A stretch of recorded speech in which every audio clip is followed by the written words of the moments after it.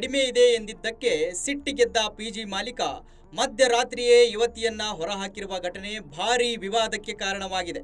ಬೆಂಗಳೂರಿನಲ್ಲಿ ಲೇಡೀಸ್ ಪಿಜಿಗಳಲ್ಲಿ ಯುವತಿಯರಿಗೆ ರಕ್ಷಣೆಯೇ ಇಲ್ವಾ ಎಂಬಂತಹ ಮಾತುಗಳು ಸಾರ್ವಜನಿಕ ವಲಯದಲ್ಲಿ ಕೇಳಿ ಬರ್ತಾ ಇವೆ. ಕೇವಲ ಬಾಡಿಗೆ ಹಣ ಕಡಿಮೆ ಇದೆ ಎಂದಿದ್ದಕ್ಕೆ ಮಾಲೀಕ ಹಲ್ಲೆಗೆ ಯತ್ನಿಸಿರುವಂತಹ ಘಟನೆ ಬೆಂಗಳೂರಿನ ಮತ್ತಿಕೆರೆಯ ಆಶೀರ್ವಾದ್ ಲೇಡೀಸ್ ಪಿಜಿಯಲ್ಲಿ ನಡೆದಿದೆ. ಕೇವಲ 2,500 ಕಡಿಮೆ ಇದೆ ಎಂಬ ವಿಚಾರಕ್ಕೆ ಪಿಜಿ ಮಾಲೀಕ ಇಬ್ರಾಹಿಂ ಎಂಬಾತ ಯುವತಿಯನ್ನು ರಾತ್ರಿ 9:30 ಸಮಯದಲ್ಲಿ ಹೊರಹಾಕಿದ್ದಾನೆ.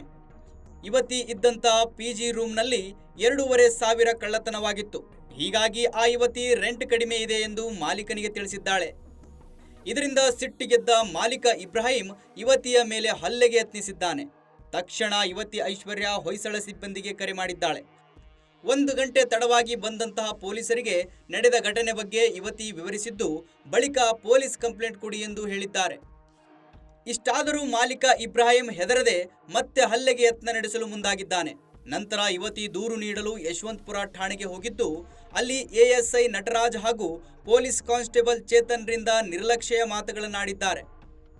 ಪೊಲೀಸ್ ಠಾಣೆಯಲ್ಲಿ ಪಿಜಿ ಮಾಲೀಕ ಇಬ್ರಾಹಿಂನಿಂದ ಯುವತಿಯ ಸ್ನೇಹಿತನಿಗೆ ಹಲ್ಲೆ ಯತ್ನ ನಡೆಸಿದ್ದಾನೆ.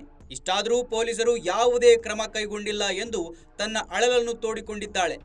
ಬಳಿಕ ಈ ಸಂಬಂಧ ಇಬ್ರಾಹಿಂ ವಿರುದ್ಧ 2 NCR ಪ್ರಕರಣ ದಾಖಲಾಗಿದೆ.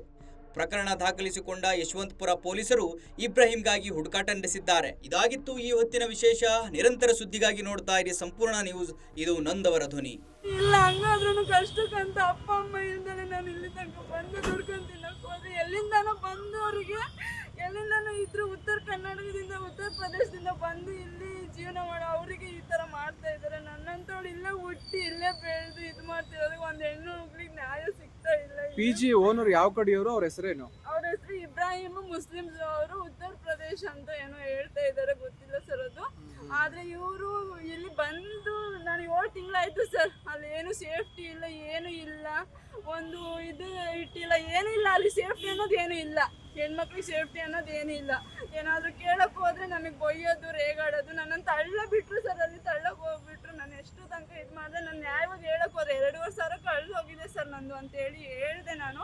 ಅದನ್ನ ಕೇಳ್ದಂಗೆ ಪೊಲೀಸ್ನವ್ರಿಗೆ ಕಂಪ್ಲೇಂಟ್ ಕೊಟ್ಟರೆ ಸರ್ ಅವರು ಏನಂತಾರೆ, ಇಲ್ಲಿ ತಗೊಳೋದಿಲ್ಲ, ಅದೇನು ಮಾಡ್ಕೊಳ್ತೀರಾ ಮಾಡ್ಕೊಳ್ರಿ, ನೀವೇನು ಮಾಡ್ಕೊಳ್ತೀರಾ ಮಾಡ್ಕೊಳ್ರಿ. ಅದೊಂದು ಲೆಟರಲ್ಲಿ ನೀವು ಹೆಂಗೆ ಅದು ಕಂಪ್ಲೇಂಟ್ ಕೊಟ್ಟಿದ್ದು ಸರ್, ಆ ಲೆಟರಲ್ಲಿ ಏನು ಮಾಡ್ಕೊತೀರಾ ಅದರಲ್ಲಿ ನೀವು ಹೋಗಿ ಇದು ಗೆದ್ಕೊಂಡು ಬರ್ತೀರಾ, ನಾವು ನೋಡ್ತೀವಿ ಅಂತ ಹೇಳ್ಬಿಟ್ಟು ಸಿಂಗಲ್ ಸ್ಟಾರ್ ಇಲ್ಲಿ ಇದ್ರು ಸರ್. ಅವ್ರು ಹೇಳಿದ್ದಾರೆ, ನಮಗೆ ಇದು ಈ ಥರ ಹೇಳಿದ್ದಾರೆ. ಅದನ್ನ ಎಕ್ಲಾಸ್ಮೆಂಟ್ ಲೆಟರ್ ಕೊಡಿ, ಒಂದು ಸೀಲು ಸೈನ್ ಹಾಕೊಡಿ ಅಂದರೆ ಹಾಕೊಡೋಕ್ಕಾಗಲ್ಲ ನಮಗೆ ಇವಾಗ. ಏನಂದ್ರು?